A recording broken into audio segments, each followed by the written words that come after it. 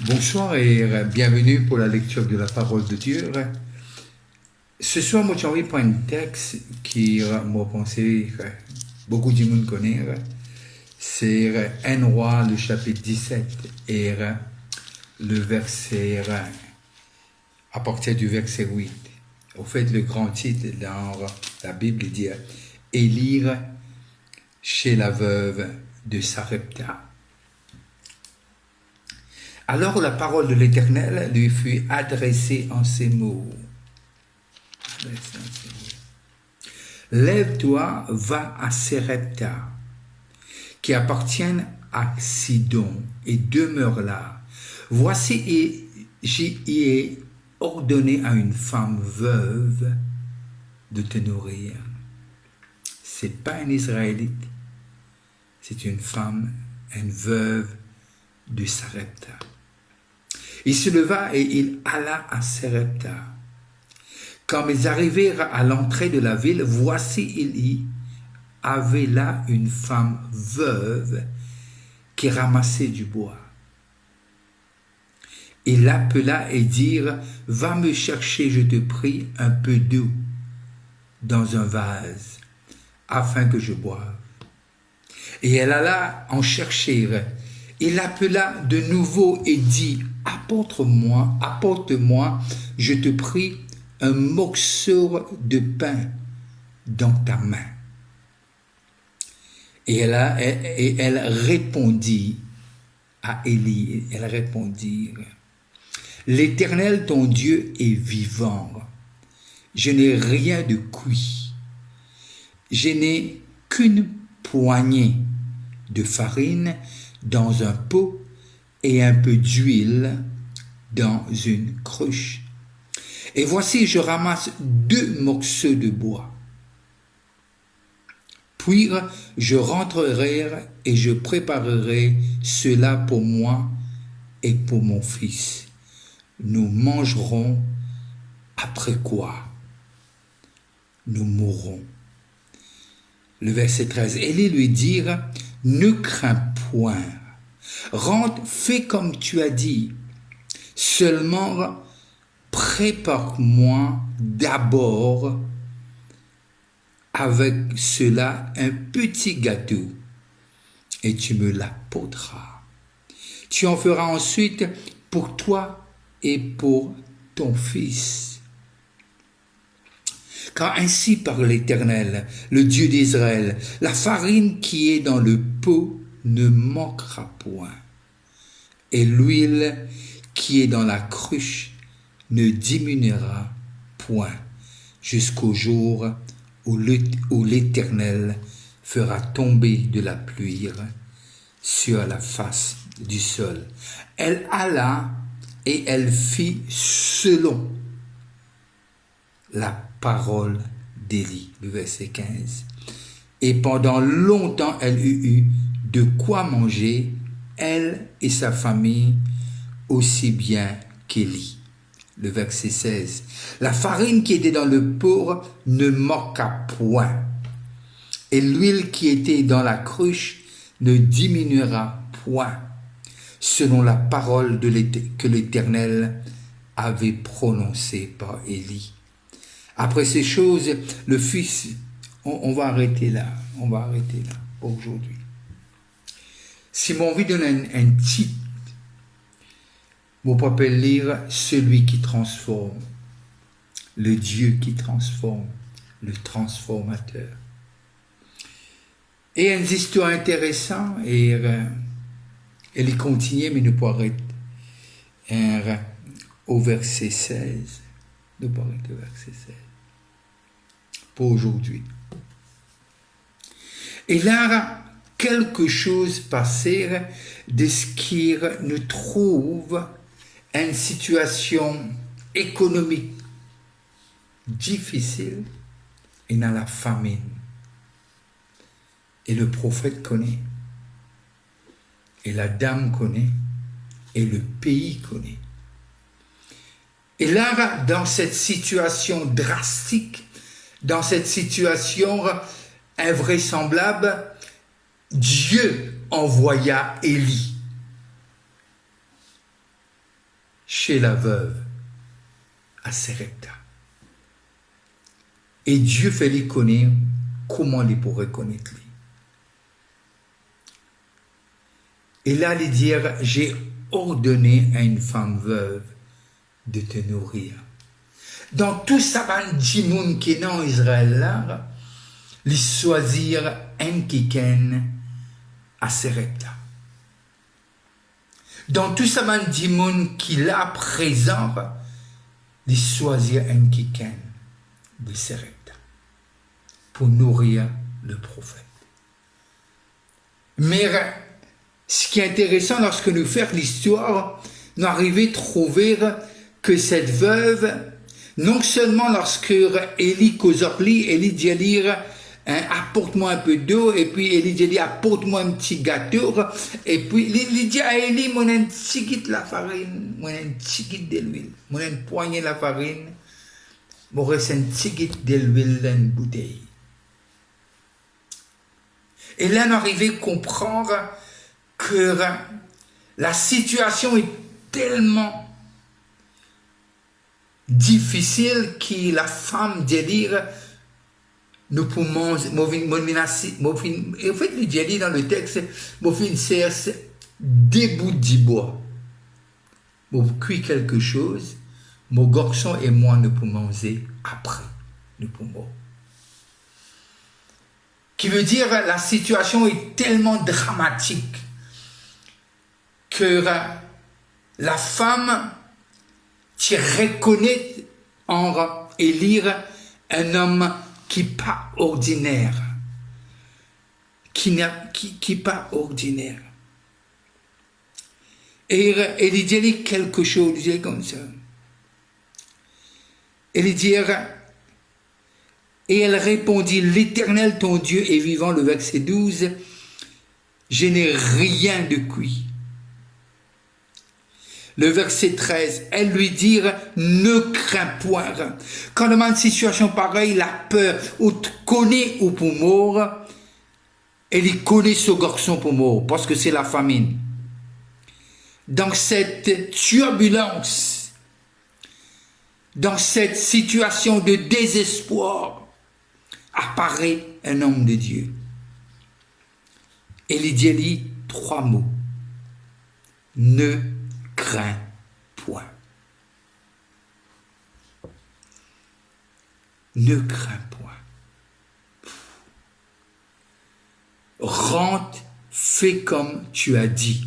Seulement, prépare d'abord avec cela un petit gâteau et tu me l'apporteras.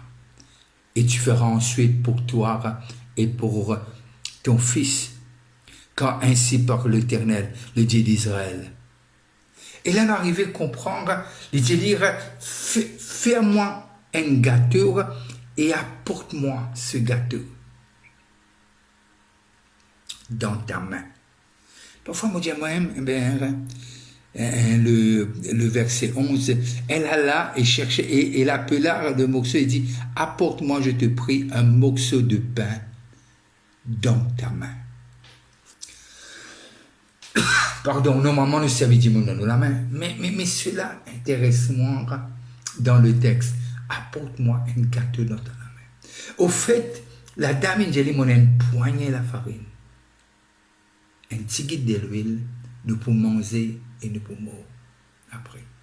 Et ça me rappelle un proverbe 18, si je ne me trompe pas, le verset 23, et écoute-les dire, la mort et la vie sont au pouvoir de la langue. Il a rencontré quelqu'un qui a la vie en lui.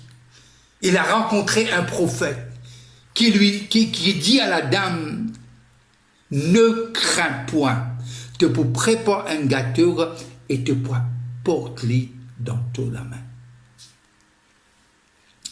Et là, m'arrive à comprendre que non seulement la vie et la mort sont au pouvoir de la langue, et m'arrive à comprendre que dans Jean 10, il y a quelqu'un qui vient pour dérober, pour égorger, pour tuer, mais Jésus vient pour apporter la vie et la vie en abondance.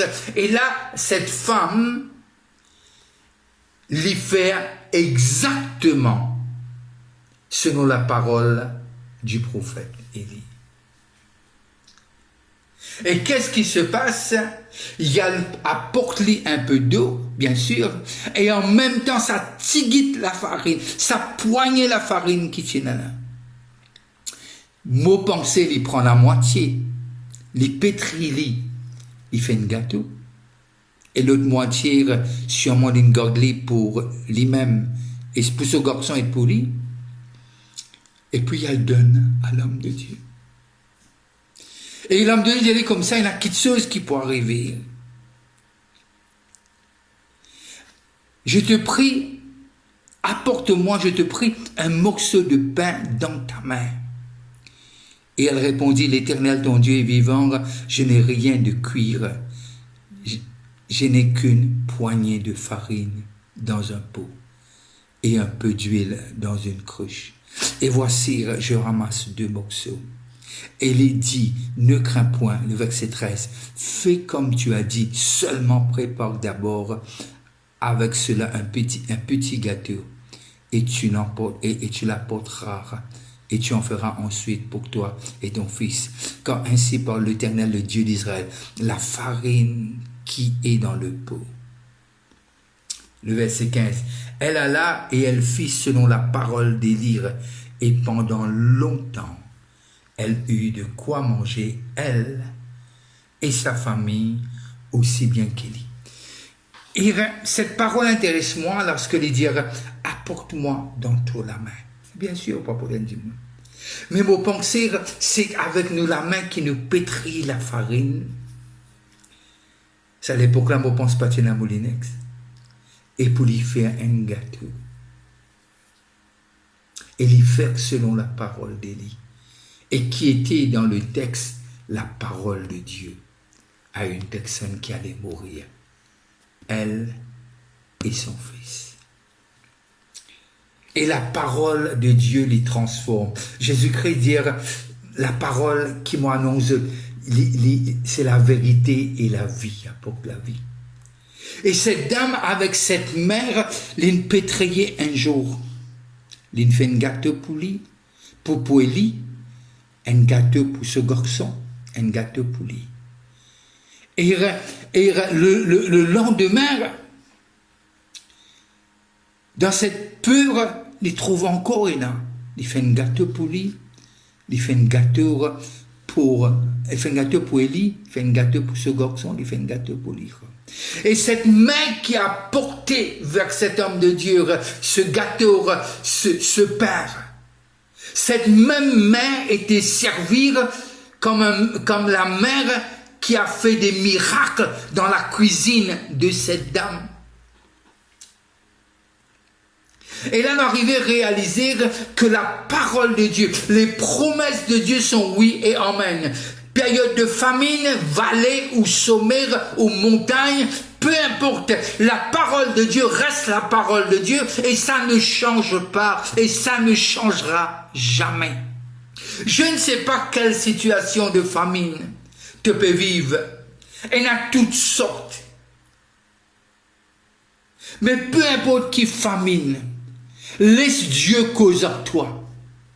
Si besoin, ferme ta porte. Reste avec lui jusqu'à qu'il te parle. À travers sa parole ou par son esprit, de toute façon, sa parole est esprit et vie, elle dit toi quelque chose. Et pour la dame, les paticonés sorti contre lui par le ramasse d'y boire, les pour rencontrer un homme qui a la parole de vie dans sa bouche. Je suis sûr que je parle à quelqu'un ce soir. Peut-être tu es désespéré, peut-être tout le monde t'ont dit. Il n'y a pas d'espoir, il n'y a rien qu'on peut faire. Mais je veux te dire qu'il y a un Dieu. Il est éternel. Il dit à Moïse, dit à Pharaon, je suis qui veut dire, je suis celui qui pourvoit quand tu n'as pas, je suis celui qui est le Dieu qui console, je suis le Dieu qui va défendre, je suis ton refuge, ton bouclier, ta forteresse, je suis le Dieu tour en tour et pour toi. Et c'est ça que Élie dit à la dame. Moi, demande-moi si elle dormi parfois. Ou bien elle est réveillée au milieu de la nuit, elle dit, est-ce qu'il peut la farine pour demain? Et ça fait moi rappelle-moi de ce texte, et que Jésus dit à ses disciples, je nourris la foule, 5000 hommes. 5000 hommes. Et les casse-ban dit pas là. Moxeux, pas moxeux. Moi, pensez, lorsque Pierre, il guette sa bout de pain là, il guette Jésus, il guette la foule. Il dit, oh. Il dit, parce que Jésus, tu l'as dit, c'est possible. Monsieur, lorsque il partage un bout de pain, il guette dans la main. Il partage deuxième bout de pain, arrive 100, 10 moun, il guette dans la main et il a encore du pain. Jésus a prié à son Père.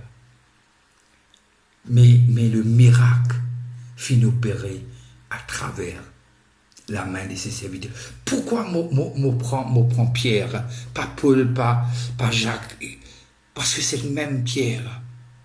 Cette fois-ci, c'est pas sa parole, c'est à un moment donné, il dit avec sa bouche, l'or et l'argent, j'ai pas, mais au nom de Jésus, il dit à cet homme paralysé, lève-toi et marche. Et ce parole, la parole a le pouvoir d'abaisser ou d'élever, de tuer ou de ressusciter les morts. Besoin de résurrection dans ta vie. Les choses peut-être paraissent, c'est impossible, c'est catastrophique. Mais Dieu est capable d'apporter la vie. Son nom est Jésus. Il est mort, il est ressuscité.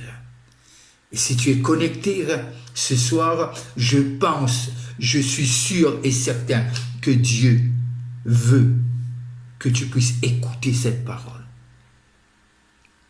Que Dieu te dise, écoute-moi, il y a la vie en moi. Jésus-Christ est le pain de vie. Et cette dame, jour après jour, et non seulement, je suis sûr, c'est un peu comme la dîme de la journée.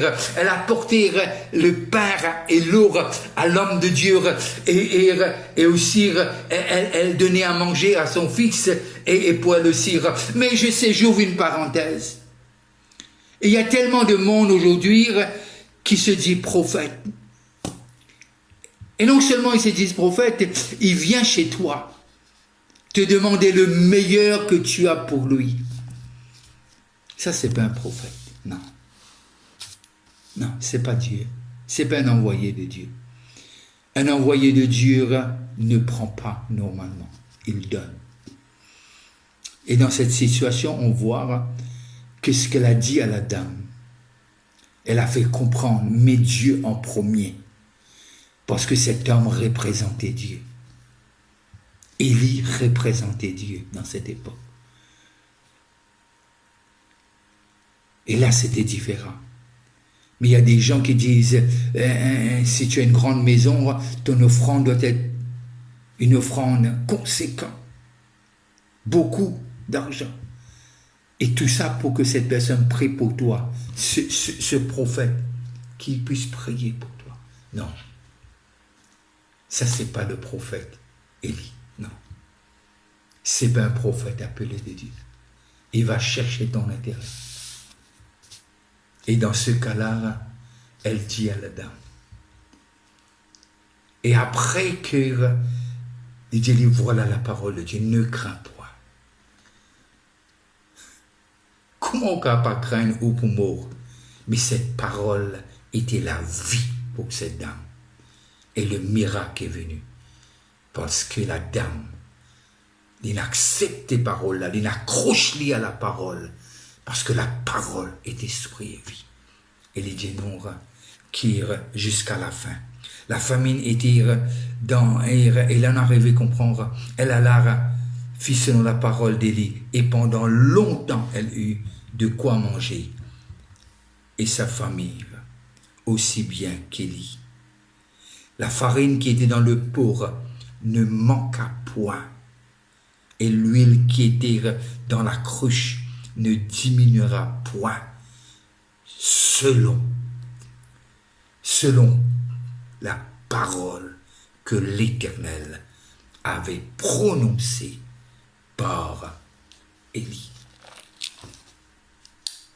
Selon la parole de l'Éternel prononcée par. Dans le nom de Jésus, je prononce que le bonheur et la grâce t'accompagnent. Si tu es malade, que le Dieu d'Élie, que le Dieu d'Abraham, d'Isaac et d'Israël, que nos papas qui est dans le ciel touche-toi par son Esprit Saint et restaure-toi. S'il y a le manquement, tu passes vraiment par cette famine, peu importe quelle sorte de famine. Je prie au nom de Jésus que cela s'arrête pour la gloire de son nom. Si tu es à table, je te dis bon appétit. Restez connectés et sais que Jésus ne t'a pas oublié. Et tu es important à ses yeux. Bonne fin de soirée et sais que vous êtes spécial. Bye bye.